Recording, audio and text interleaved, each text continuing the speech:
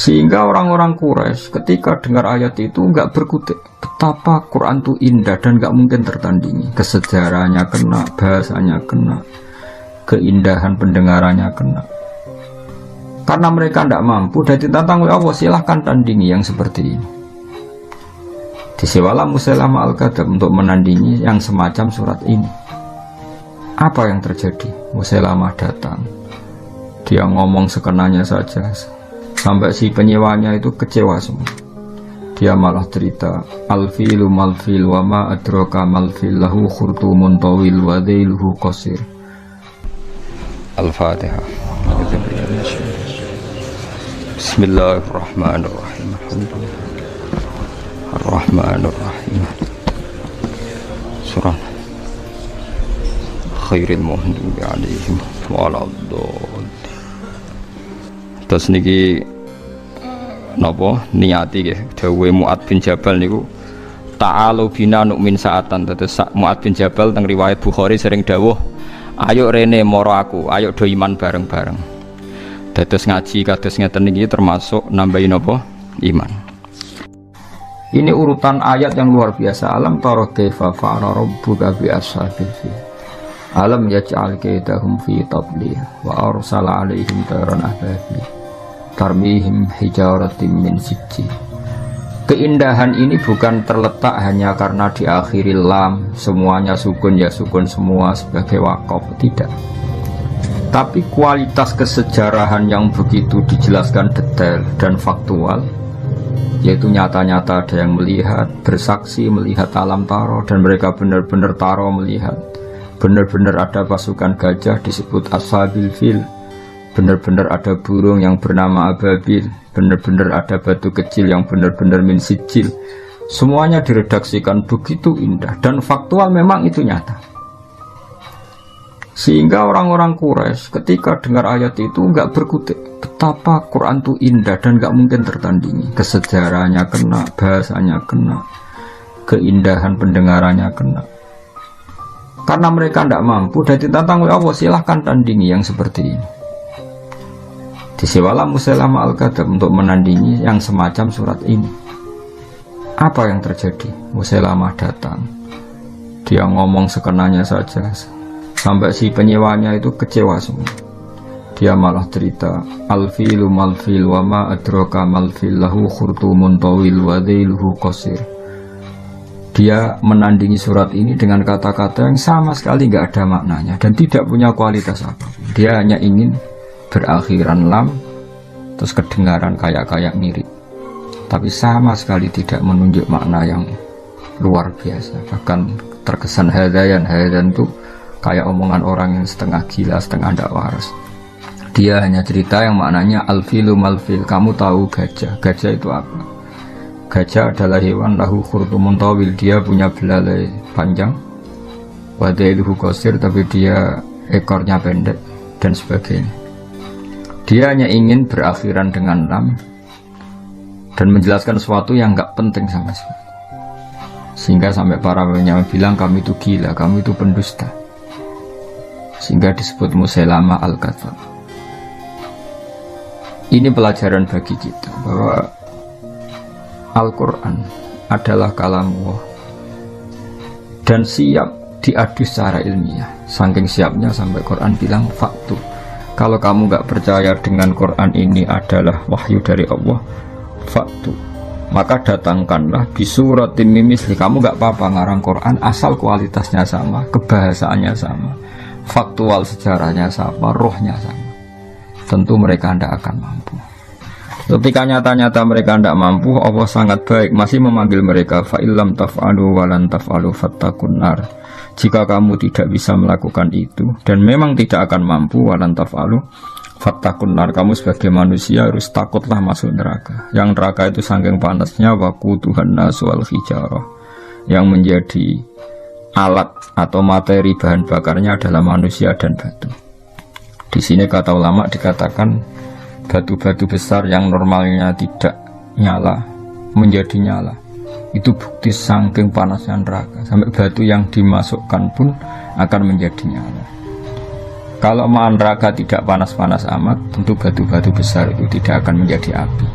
Tapi saking panasnya keadaan neraka sampai batu-batu besar pun setelah dimasukkan menjadi bahan bakar, menjadi nyala dan menjadi bahan bakar. Uiddat lil kafirin. Tentu neraka itu dipersiapkan bagi mereka yang mengingkari kebenaran, mengingkari Allah dan Rasul dan kebenaran Quran. Dan sudah menjadi tradisi Allah Subhanahu wa taala setelah menerangkan orang-orang kafir, kemudian ayat diteruskan dengan menerangkan orang-orang mukmin. Wa basyiril ladzina amanu wa 'amilus solihati anna lahum jannatin tajri min tahtihal anhar. Sampaikan kabar gembira kepada mereka yang beriman dan beramal saleh bahwa bagi mereka surga-surga yang dihiasi oleh sungai-sungai yang mengalir. Kullama ruziqu minha min thamaratir rizqan qalu hadzal ladzi ruziqna min qablu wa utubihi mutasyabiha. Setiap mendapat rezeki buah-buahan surga, mereka mengatakan rezeki ini pula yang telah diberikan kepada kami sebelumnya. Wa utubihi mutasyabiha, mereka mendapat rezeki yang serupa. Walahum fiha azwajum mutahharatu wa hum fiha khalidun. Mereka juga diberi jodoh-jodoh yang serba suci dan mereka kekal di sana. Orang-orang iman di Al-Quran seringnya dibarengi dengan wa amilus sholihat, iman dan perilakunya soleh. Tentu ini penting sekali karena iman adalah bukti kita hidup, iman akan wujudnya Allah, iman bahwa pencipta langit adalah Allah. Tentu konsekuensinya juga harus iman bahwa Allah ini punya aturan. Karena Allah adalah zat yang memerintahkan kebaikan, maka kita yang mukmin harus bercirikan melakukan kebaikan. Allah sebagai pengatur alam tentu melarang segala jenis kerusakan dan kezaliman. Kita pun ingin menghindari sejauh mungkin kerusakan dan kezaliman. Sebab itu kita tidak boleh mendewa-dewakan iman saja, karena di Al-Quran seringnya kata iman dibarengi dengan kata wa amilus sholihat dan berperilaku yang baik-baik. Para pendengar yang kami hormati, berperilaku baik-baik ini yang akhirnya bisa menjaga alam, menjaga alam raya. Betapa rusaknya alam ini kalau kita atau manusianya berbuat dolim. Betapa kacaunya sistem sosial, kacaunya tata surya, kacaunya apa saja. Bumi bisa dihancurkan lewat bom atom. Manusia bisa dihancurkan oleh narkoba. Konflik bidadari sulut karena banyak orang yang berselingkuh, banyak orang yang mengambil haknya orang lain, istrinya orang lain sekenanya. Betapa rusaknya ini. Sehingga saking kacaunya kezaliman, Allah berfirman tuharal fasadu fil barri wal bahri bima kasabat aydin nas. Kalau ada kerusakan di mana saja, baik lautan maupun di daratan, semua pasti karena ulah manusia. Sebab itu kita yang mukmin harus berperilaku yang soleh. Soleh itu dari makna sesuatu yang pantas, yang layak. Baik layak secara agama, layak secara etika publik, maupun layak dengan alam. Artinya kita berperilaku sesuatu yang alam itu tidak menolak perilaku kita. Misalnya kita tidak bikin pencemaran, tidak bikin kerusakan di bumi dengan bom atom, dengan zat-zat kimia yang merusak alam dan sebagainya dan sebagainya. Sebab dalam bahasa Arab solihun masoluhalise, sesuatu yang layak disebut soleh. Sehingga kita sebagai mukmin harus melakukan suatu amalan solihan, baik yang hubungannya dengan Allah disebut ibadah mahdhah, kayak kita sholat, kita sujud, kita puasa, maupun yang berhubungan dengan sama-sama manusia, sama-sama makhluk. Kita baik sama orang tua, keluarga, teman, anak, dan tentu juga harus baik dengan alam. Kita tidak merusak alam ini dengan bom atom, dengan kimia yang tidak pada tempatnya, tidak merusak dengan pencemaran. Bayangkan misalnya air yang menjadi sumber kehidupan kemudian diracuni oleh kimia-kimia yang membahayakan. Kita semua akan mati karena nggak ada sumber kehidupan, karena airnya tercemar oleh limbah, oleh sesuatu yang madarat, yang membahayakan. Sehingga kita sebagai mukmin selalu berdoa sama Allah supaya hidup kita adalah hidup yang baik, hidup yang soleh, dan hidup kita adalah cerminan dari iman kepada Allah Subhanahu wa taala, yang diantara paketnya adalah orang mukmin adalah orang-orang sing amilus sholihat. Karena Allah adalah zat yang baik, yang selalu membalas orang-orang yang baik. Kemudian orang-orang baik ini dijanjikan Allah annalahum jannatin tajri min tahtil anhar. Orang-orang ini akan masuk surga, di mana surga itu serba indah.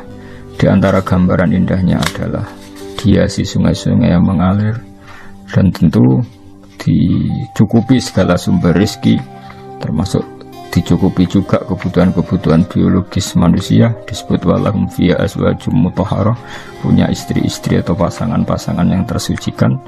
Sudah gitu ditutup dengan wahum fiha khalidun, dan orang-orang baik di surga itu selamanya-lama. Perlu dimengerti oleh banyak pemirsa bahwa wahum fiha khalidun, kata ulama ahli fikih disebutkan kenapa orang mukmin yang amalnya di dunia terbatas. Misalnya orang soleh mungkin hidupnya hanya 60 tahun atau 80 tahun. Berarti amalnya dia hanya 80 tahun atau 60 tahun. Kenapa Allah begitu baik dan dibalas dengan surga yang selamanya lama, bukan hanya surga yang berdurasi 80 tahun? Kata para ulama, ini bagian dari sirinya, rahasianya hadis innamal a'malu binniyat. Amal itu akan mendapat pahala berdasar komitmen niat. Karena orang mukmin itu berniat andaikan hidup selamanya lama di dunia juga dia akan iman selamanya lama, maka dibalas Allah, dia pun masuk surga selamanya lama. Ini sirinya kenapa wahum fiha khalidun.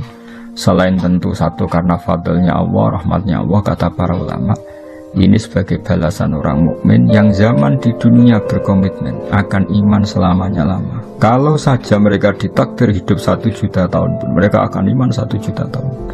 Dan kalau mereka diberi hidup tanpa batas, mereka tidak terbatas juga akan selalu iman kepada Allah, Rasul, dan Al-Quran, dan iman kepada kebenaran. Sehingga sebagai balasannya, niatnya, komitmennya iman, maka dibalas dengan surga yang mereka berstatus wahum fiha khalidun, selama-lamanya di surga. Saya kira demikian, semoga ini bermanfaat. Ini kita tutup dengan shadaqallahul azim. Insyaallah pertemuan berikutnya kita teruskan dalam kesempatan yang lain, mulai ayat 26 surat Al-Baqarah. Assalamualaikum warahmatullahi wabarakatuh.